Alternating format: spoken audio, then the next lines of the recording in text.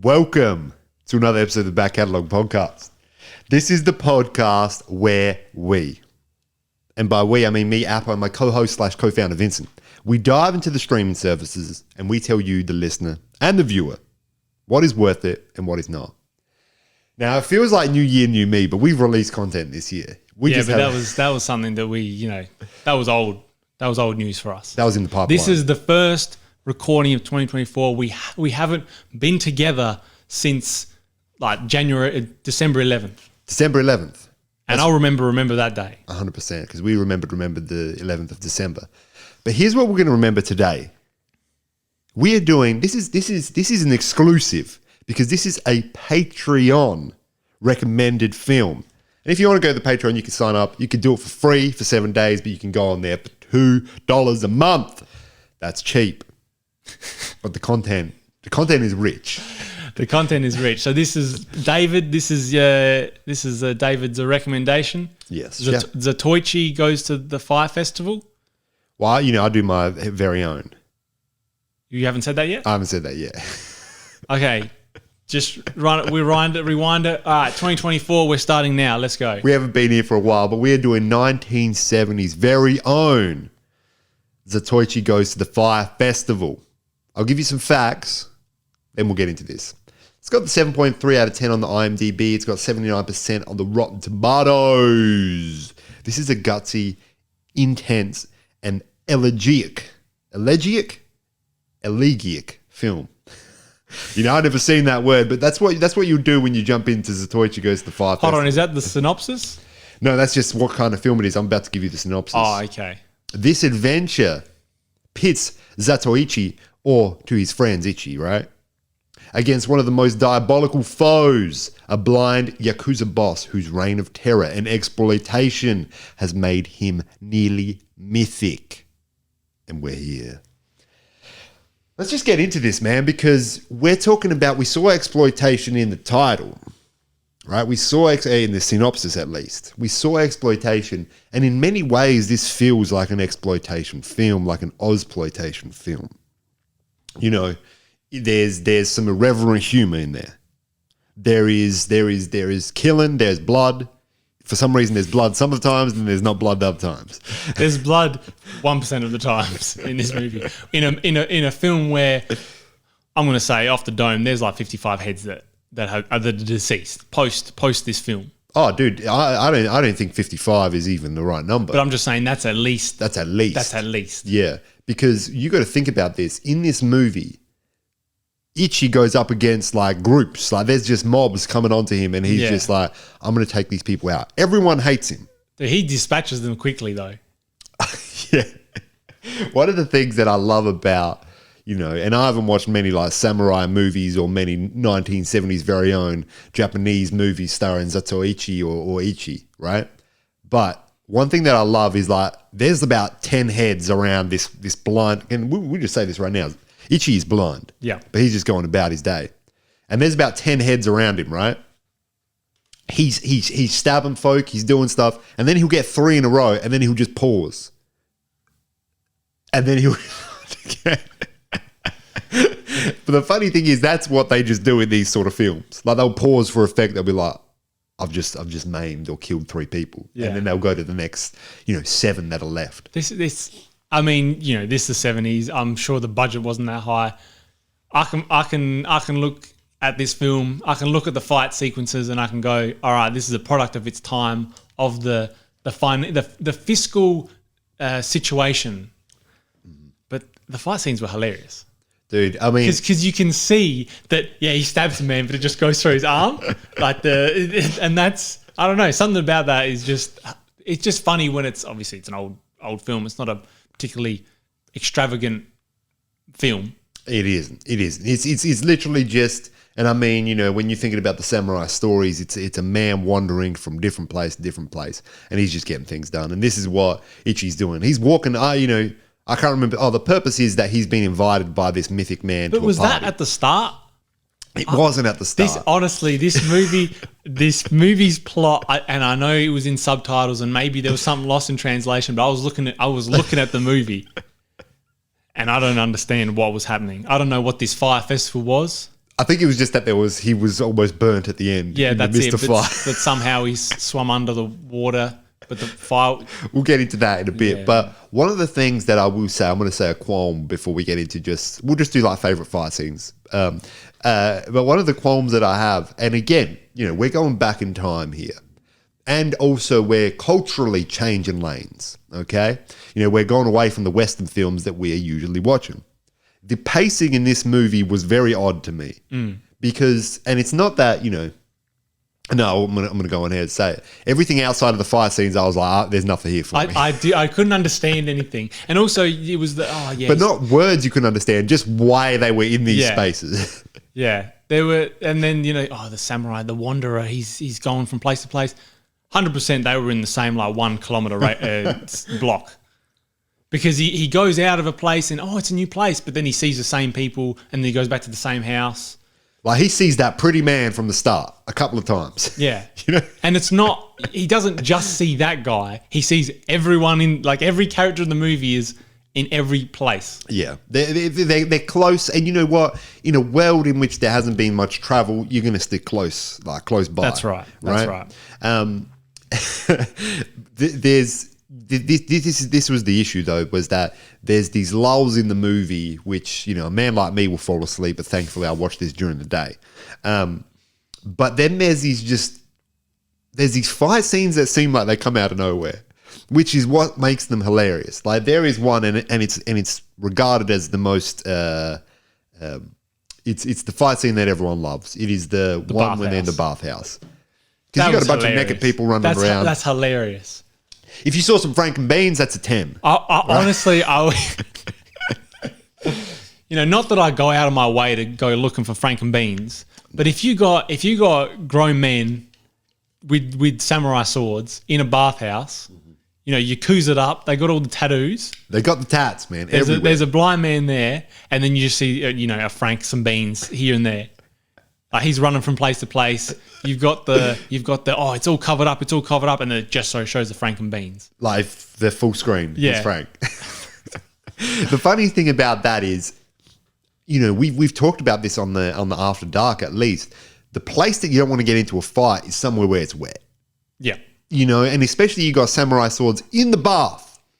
Were they in the bath with the swords? Well, I don't know how it started, but he goes in there. He goes into the bathhouse. He takes all his clothes off because he's in the bathhouse. Because he's in the bathhouse. He goes into the the bath, the actual bath. There's other heads in the bath. Yeah, see, I can't be doing a bath with other heads. No, I can't be doing. I can't even do a bath myself. No, it's just sweating. You just sweat. And so he's in there, and then it kind of zooms into just his face, and then it zooms out, and there's 5 heads that. I think they might have come out of the water.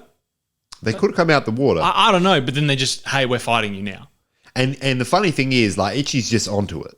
As soon as there's, because he's a blind man, and, you could say that the other senses are heightened because he can't see. But he's sensing, anger and fear. He's just sensing the emotions in that space.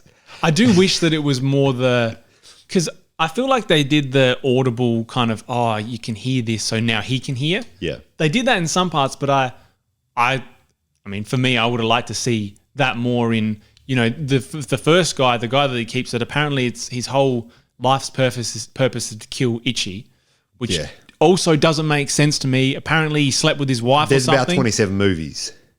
Oh, I think this might even be the 21st movie. Oh, so we're coming into the middle of this. We're coming into the middle, but this is one of those things that it's just heads are you're acting as Ichi in one movie, and then it's another head.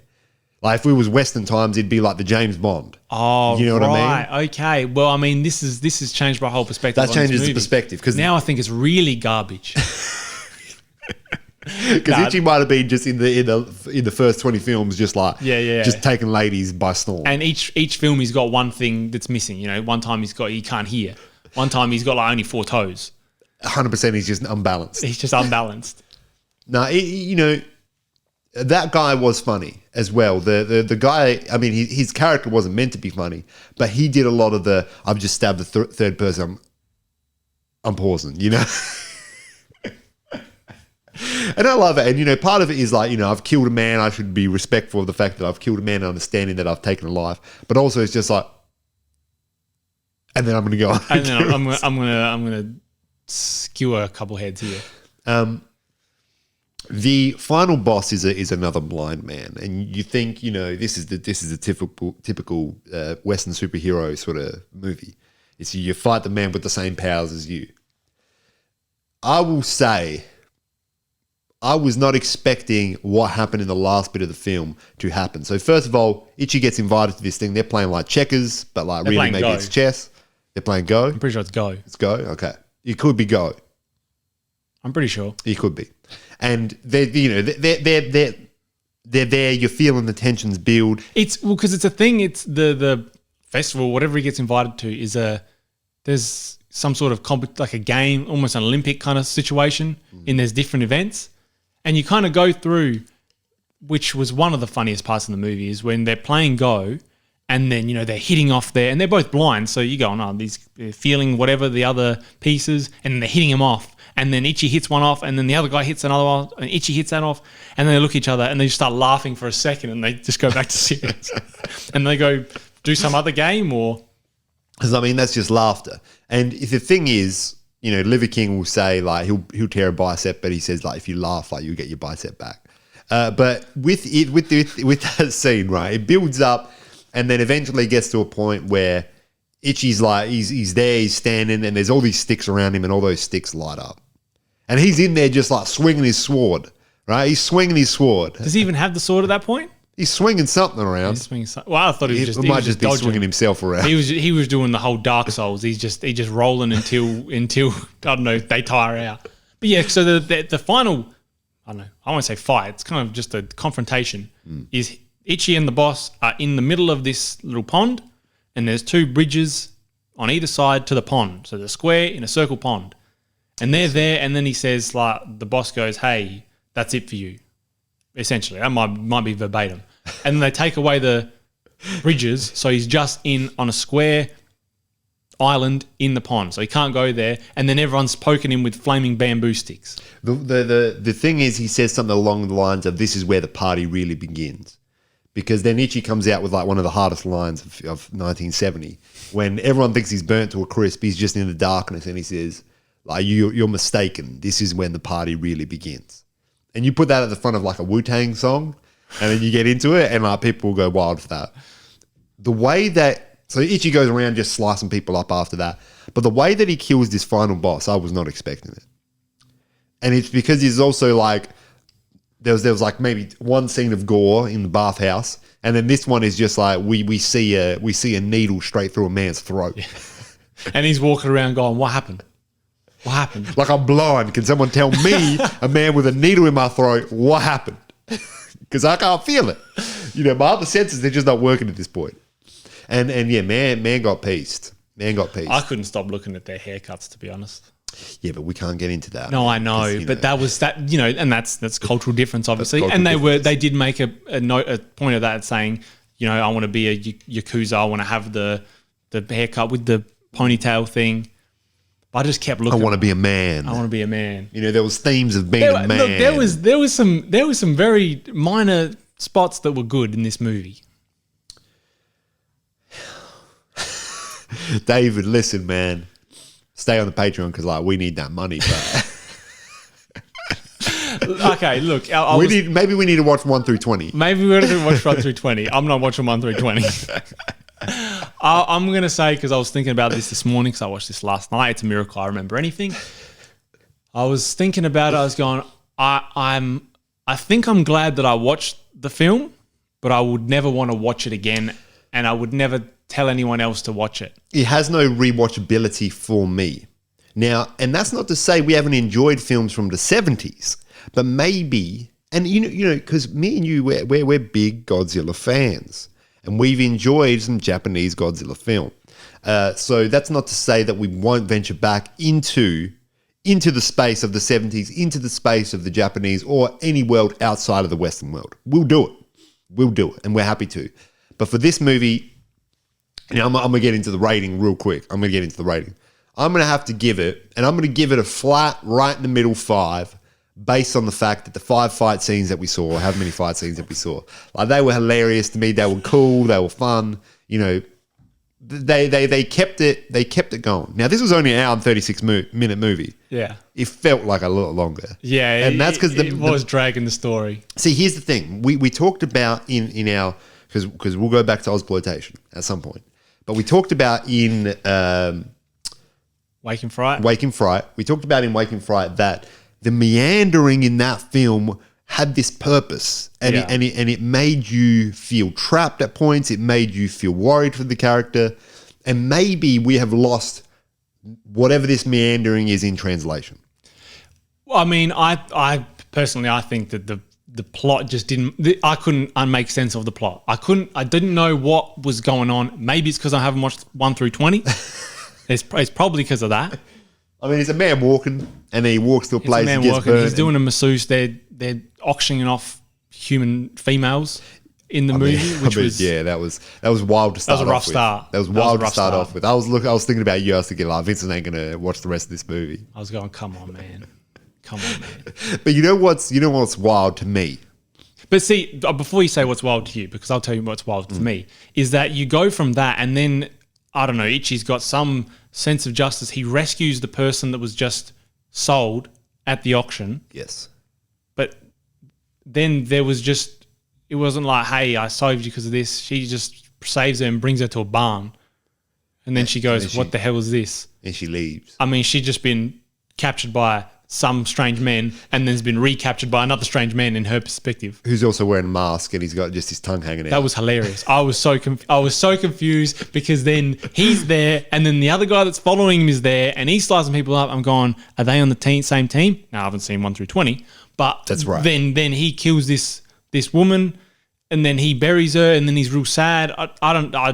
There's just a bunch going on that we people who haven't seen 1 through 20. And that might be because we haven't seen 1 through 20. We haven't seen 1 through 20.